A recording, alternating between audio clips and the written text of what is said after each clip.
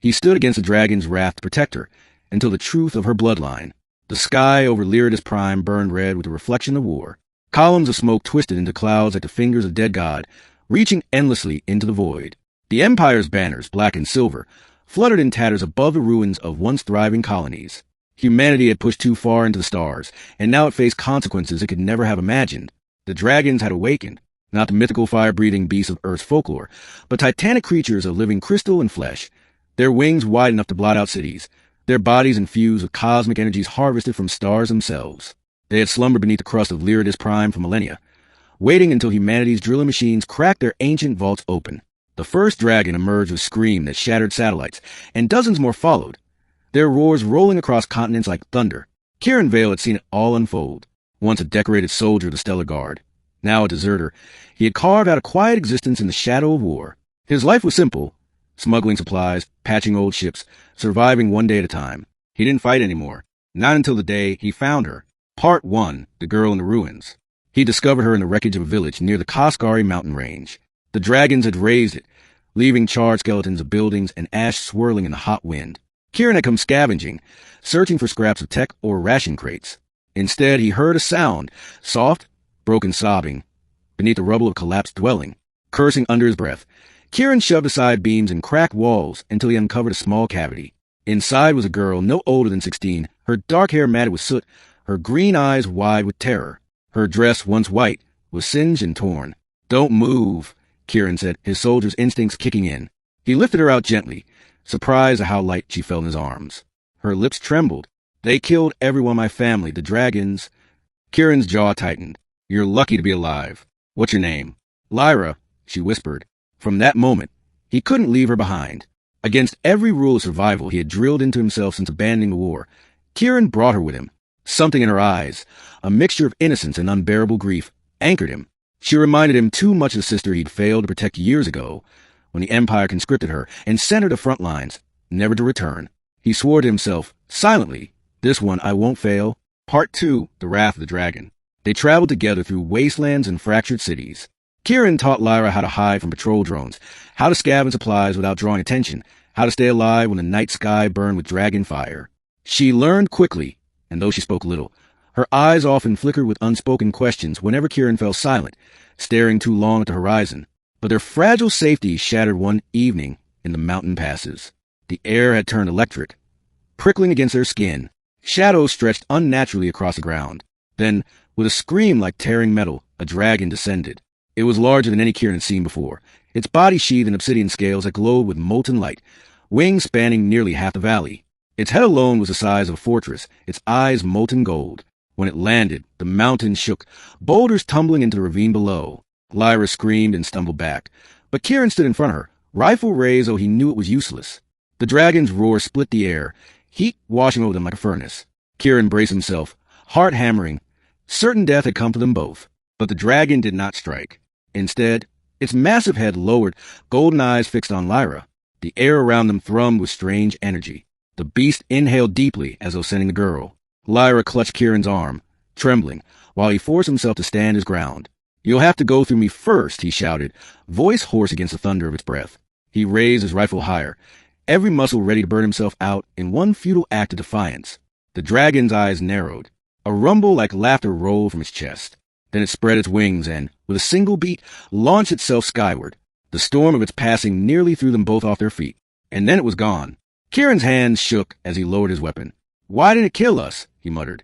Lyra's face was pale, her eyes wide. "It was looking at me," she whispered, "like it knew me."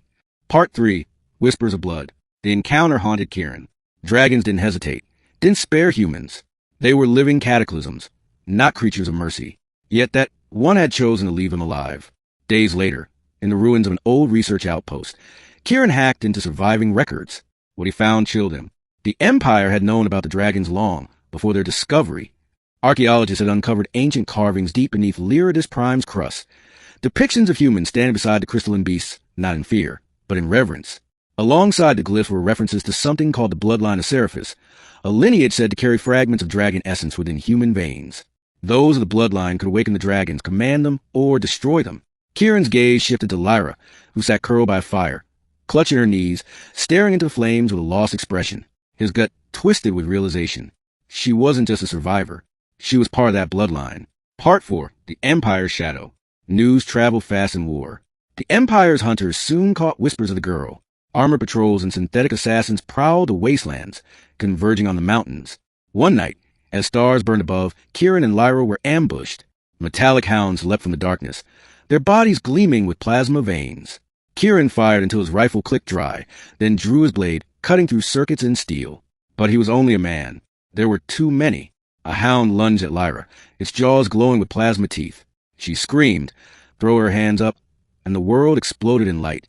A wave of energy rippled from her body, crystalline and sharp, hurling the machines back as though a star had erupted between them. Kieran shielded his eyes, heart racing. When the glow dimmed, Lyra stood trembling, her hands wreathed in faint shards of light. I didn't mean to, she whispered, tears streaming down her cheeks. It just happened. Kieran placed a steadying hand on her shoulder. It's not your fault, but now we know why the dragon spared you. The truth could no longer be ignored.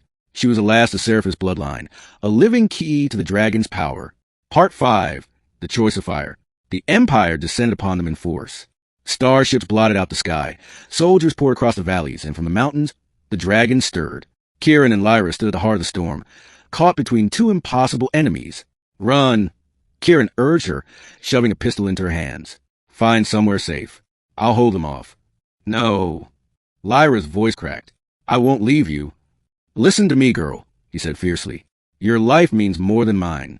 You have a chance to end this war. I don't. All I can do is buy you time. Before she could argue, the sky split open. The obsidian dragon returned, its wings eclipsing the stars. Soldiers scattered like insects beneath its shadow. It landed before them with a roar, sending shockwaves across the valley. Lyra gasped as its molten eyes fixed on her once more. Slowly, trembling, she stepped forward. The dragon lowered its head. Its chest rumbled with words, not spoken aloud, but thundered into their minds. Child of Seraphis, at last you awaken.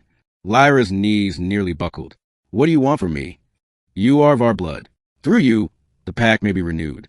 Stand with us, and the Empire shall fall. Stand against us, and you will burn with them. Kieran's hand clenched around his blade.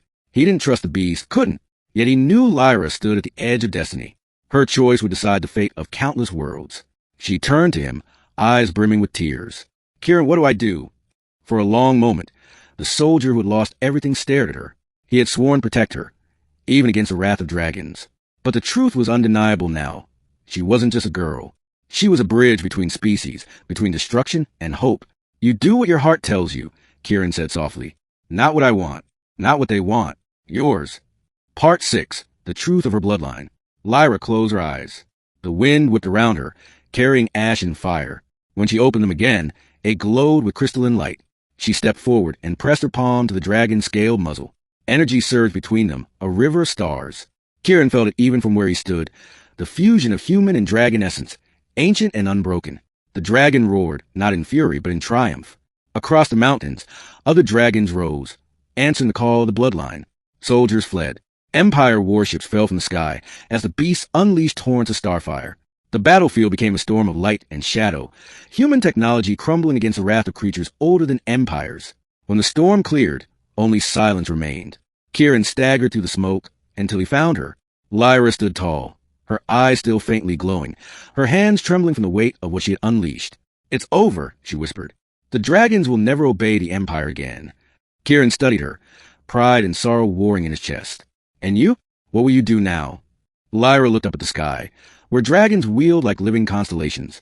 I think I was never meant to just survive. I was meant to lead.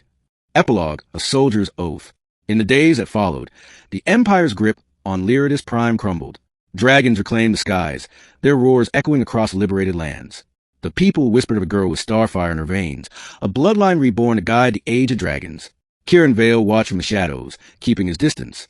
She didn't need a broken soldier clinging to her side anymore. She was something greater than he could ever protect. Yet still, when danger stirred, when whispers of assassination or rebellion arose, Kieran was there, blade in hand, unseen. Not as her guardian, not anymore, but as a man who had once stood against a dragon's wrath for her sake, and who would do it again, no matter what her bloodline meant. Because to him, she would always be Lyra, the girl he had sworn never to fail.